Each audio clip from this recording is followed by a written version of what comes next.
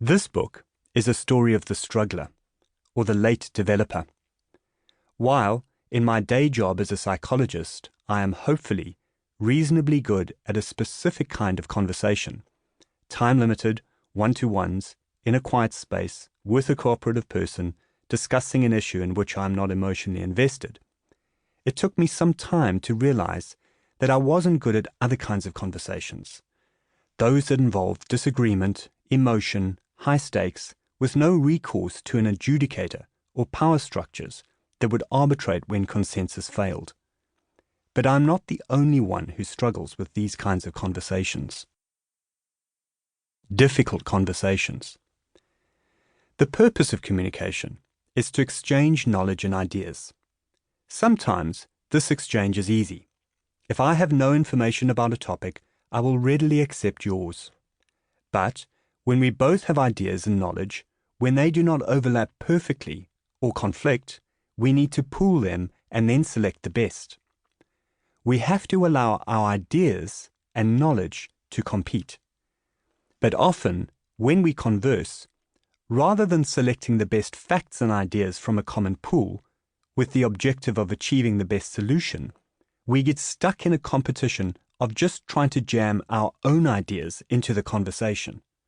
Then we find it difficult to dispassionately compare and select ideas. We're not very good at recognizing the limits of our own knowledge. It is not easy for us to accept that our ideas could be improved, corrected, or replaced. We are possessive and competitive, so become biased by our preference for our own ideas.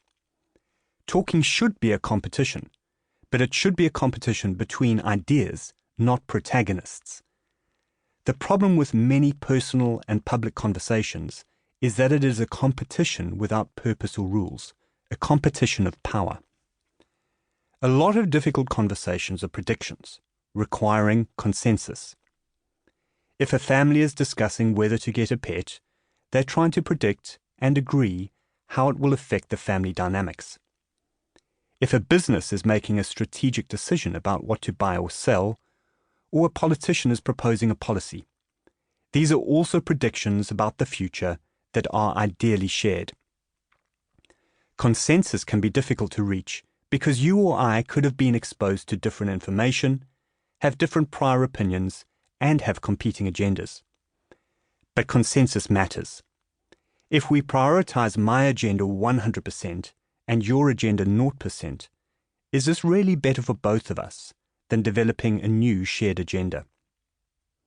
When I won the argument with the intruder in my back garden, I was exploiting our failure to agree either on the processes by which the disagreement would be resolved or its objective. My choice was that power and violence would be used to assert property rights. His preference was that excess, I had too much stuff to pay attention to, everything he owned was in one bag, and compassion would be used to address basic needs.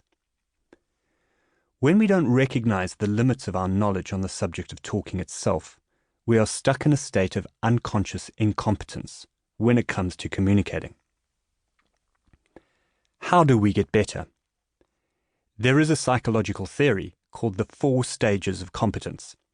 It says that we progress from a state of unconscious incompetence, where we are unaware of our own inability and potential, to conscious incompetence, we realize our inability, but also what we might achieve, to conscious competence, we begin to exercise new skills, but only at a basic level and by thinking about them really hard, and finally, to unconscious competence.